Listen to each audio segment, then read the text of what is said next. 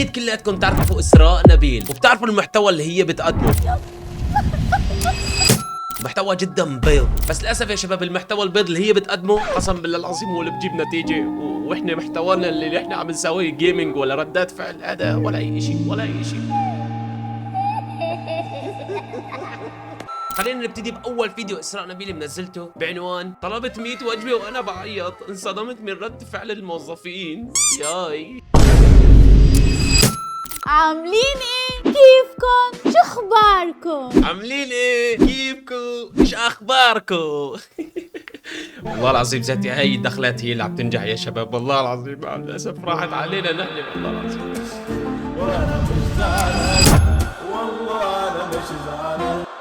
استعدوا واربطوا الأحزمة عشان تجارب إسراء غير أي. ايش في ليش؟ ايش في هدي الوضع شويه يا اسراء، ايش في هدي الوضع، صدقيني اللي عم شاهدك عمره 4 سنين، فمشان هيك هدي الوضع لا تخليه يخاف كل شويه. ايش في؟ أنا بحب دايما أحرج نفسي، بحب أحط نفسي في مواقف تخليني نفسي أختفي من نفسك مواقف بايخه، ما اجباري لاني عم تعملي هيك محتوى فاكيد بتحطي حالك في مواقف بايخه يا بنت الحلال. وجه الكرة الأرضية. إيه ده؟ لا لا لا، أنا ما كانش قصدي أختفي بجد، أنا كنت بهزر. المهم أول مرة أنتوا طلبتوا مني إن أطلب 100 وجبة من المطاعم بصوت الطفلة، وتاني مرة اتصلت بالمطاعم وطلبت 100 وجبة بس بصوت الجدة، وده برضو اللي انتوا طلبتوه، بس توصل ان انتوا تطلبوا مني ان اطلب 100 وجبة وانا بعيط يعني ببكي؟ لا بقى كده كتير يعني. كم مره بتطلبوا منا محتويات يعني؟ مره تبكي، مره بصوت الطفل، يعني حاج بقى يا شباب ايش بكون، لا تزودوا عليها يعني كده كتير. شوفوا لكم حد يكمل الفيديو ده غيري.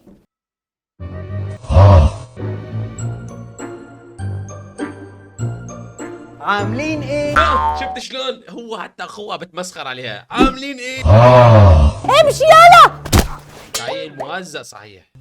انا كنت بهزر، انا ما اقدرش اسيبكم طبعا. حاضر هحرق طبعا ما بتقدر تسيبكم، اعوذ بالله اعوذ بالله. شفتكم نفسي تاني، قصدي تالت، هنفذ التجربة اللي انتوا عايزينها. في تجربة النهاردة انا هطلب من المطاعم 100 وجبة بس وانا بعيط.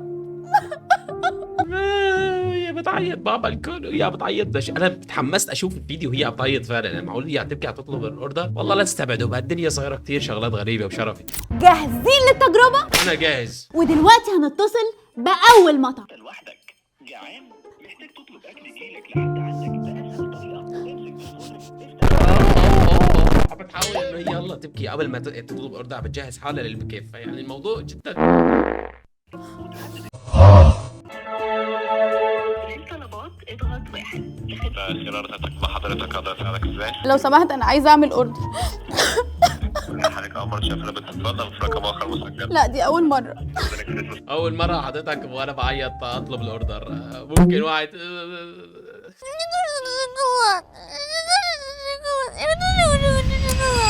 باسم نور الدين نبيل. اهلا وسهلا بحضرتك، اتمنى عليك يوم سعيد. مش سعيد خالص حضرتك، انا النهارده سقطت في مادتين. يا ساتر يا رب، سقطت حالها بسبب ان هي تطلب اوردر مشان تعمل محتوى. شكرا جدا. تمام استاذنك في الاوردر. بص حضرتك دلوقتي انا نفسيتي ضايعه. وانا من اول ما اتفرجت عليكي ضاعت بزياده، نفسيتي اتدمرت اكتر واكتر.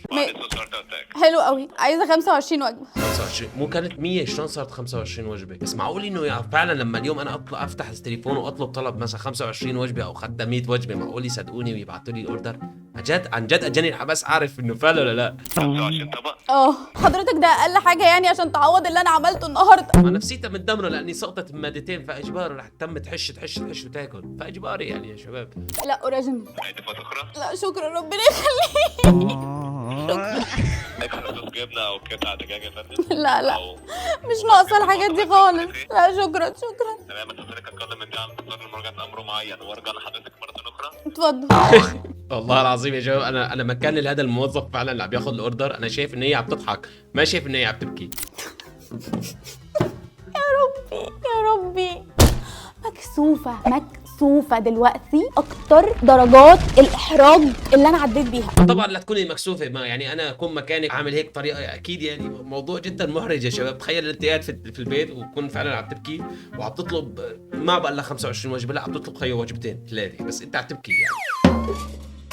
موضوع جدا زنغ ومحتوى زنغ. بقول لك يا جماعه بجد هو كان كويس قوي وقال لي بعتذر لحضرتك كل حاجه تمام، بس انا مكسوفه بجد. شكرا. وانا لو انت بتتفرج دلوقتي انا بعتذر لك قوي، احنا بنهزر. ما هو اكيد ما راح يتفرج عليكي يعني، ما هو رجال كبير مقتدر عنده مخ تفكيره كبير، اكيد ما راح يروح يتفرج على هيك محتوى يعني. اتوصيني معلش، الكل اللي عم بتفرج عليكي فهمناك اياه انه من 3 سنين ل4 سنين، هذا الماكسيموم الحد الاقصى للمشاهده يعني. انا تزعلي مني.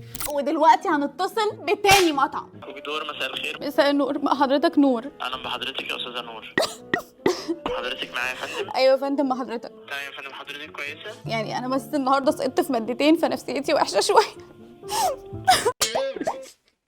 استغفر الله العظيم. هلا مين اللي رح يكون يصعد مادتين يقعد يبكي ويطلب اوردر بنفس الوقت؟ انا بدي استوعب هذا المحتوى البيض اللي هي عم بتساويه. تمام يا فندم. لحظات مع انتظار استفسر عن خرج بياخد حضرتك وارجع لحضرتك تاني. اتفضل.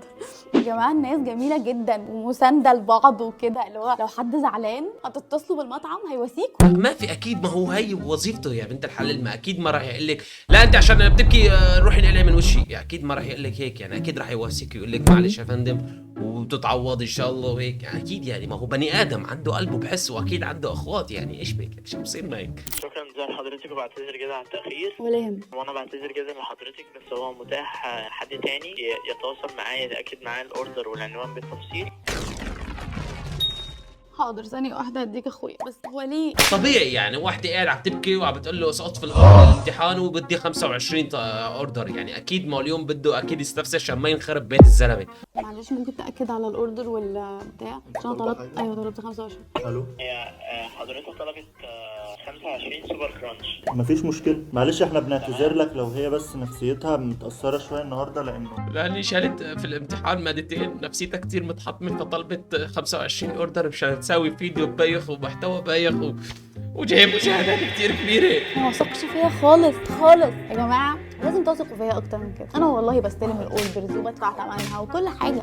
ما اجباري ما راح يثق فيكي مثل ما قلنا لك، لاني بنت صغيره وبنت يعني. يا شباب مثل ما انتم مبين عنكم انه المحتوى جدا بايخ، راح اورجيكم فئه تانية منتشره عم بتقلد اسراء نبيل، فهي مشكله ذات نفسها. لان اليوم المحتوى هذا البايخ عم بزيد اكثر واكثر. هاي هاي هاي ايش في الو الو الو ايش في منين هاي مو قلت لكم انه هذا المحتوى اللي عم بضرب لما واحد بيبدا بالمقدمه.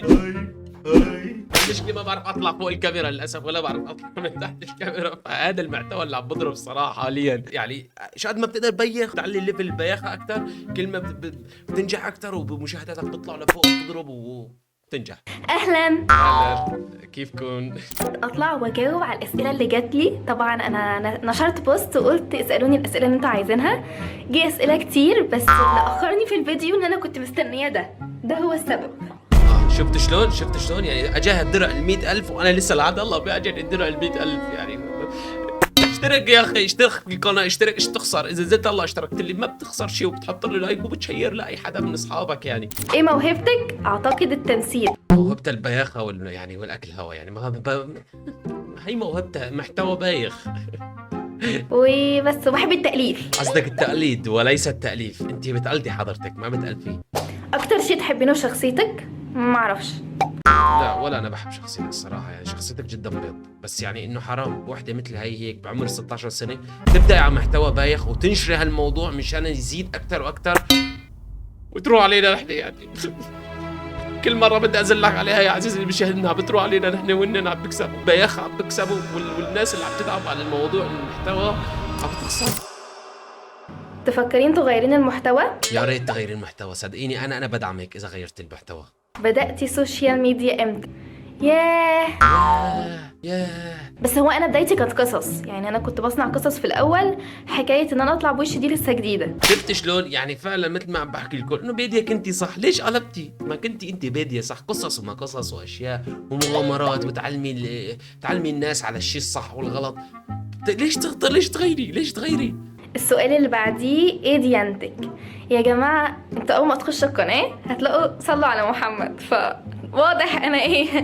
لا يا عم عيب يا عم، استغفر الله العظيم يا رب. هو انا مش عارفة لحد دلوقتي، واللي هيكتبوا لي ربنا كويس، انا موافقة وراضية، بس انا لحد دلوقتي مش محددة ومش عارفة انا عايزة ابقى ايه. واحدة ما عنديش طموح. بحياتك ما راح تنجحي اذا ما عندك طموح، فنصيحه من اخ، حطي هدف قدامك، بس حطي هدف صح. اعملي جمهور. هلا اعمل، انت عملتي جمهور وصار عندك سبسكرايب كتير كويس، يعني صار عندك فئه كويسه من الجمهور. حاولي تغيري والجمهور هذا تربيه على اشي تاني، ما تزودي الموضوع البياخه. حاولي بياخه. ليه بتقلدي اسراء نبيل؟ اوكي طيب شلون؟ شفت شلون هي بتقلد اسراء نبيل؟ انا ما جبت شيء من كيسي. ايوه بالضبط. كل اللي في المحتوى ده قالوا طبعا هو محتوى اجنبي وفي اجانب كتير بيعملوه، بس يمكن عرب كتير متفرجش على الاجانب. لحظه يا جماعه، بس انا عايزه اقول لكم فعلا ان برضو الاجانب مش بحب اتفرج عليهم قوي، يعني مش مندمجه مع الاجانب، بحسهم مملين مش عارفه ليه. بس المهم ان هو غير انه محتوى اجنبي، انه انا خلاص اعطينا الزبده، لا تعدي تلتي وتعجني مليون الف قصه. خلاص اعطينا الزبده. ليش اجنبي؟ ايش دخل اجنبي؟ الناس سالوكي انت ليش عم بتقلدي اسراء نبيل؟ ما فيها شيء. انا كنت بصنع قصص شبهها بالظبط، شبه الحاجات اللي بالوش دي، بس كنت بعملها بمحتوى كاشا. فاعتقد اللي كانوا متابعيني في كاشا هيعرفوا ان القصص مشابهه قوي للقصص اللي بوش. بس انا لما لقيت ان المحتوى منتشر وفي كتير بيطلعوا يعملوه بوشهم وكده، فحبيت ان اطلع اعمل زيهم. يعني طبعا انا بتابع اسراء نبيل وبحبها جدا جدا. يعني الموضوع طلع منتشر. يعني انا لما لقيتك انت يا مايا فكرت حالي اني لقيت الذره. طلع الموضوع انه في ناس اكتر من هاي مايا، يعني الموضوع زايد وانا مالي دريان. المهم اذا عجبك هذا الفيديو لا تنساني باللايك والاشتراك، وتروح تضيفني على الانستغرام وتشير لي المقاطع البايخه اللي مثل هيك، يعني مو مقاطع البايخه، المحتوى البايخ، عشان ما حدا يفكرني انا عم بغلط على الناس او هيك. لا ابدا، انا ما بتنمر على الناس، انا بتنمر على المحتوى اللي هن عم بيقدموه. ما انا بامكاني اعمل نفس المحتوى هذا واعمل محتوى بيض بالاخير، بس لا ما بحب اعمل هيك محتويات. فبس من هون رح ننهي المقطع. اهم شيء مثل ما بوصيكم بالله عليكم لا تنسوني باللايك والاشتراك. صلوا على سيدنا محمد عليه الصلاه والسلام، وسلام يا حبايب قلبي.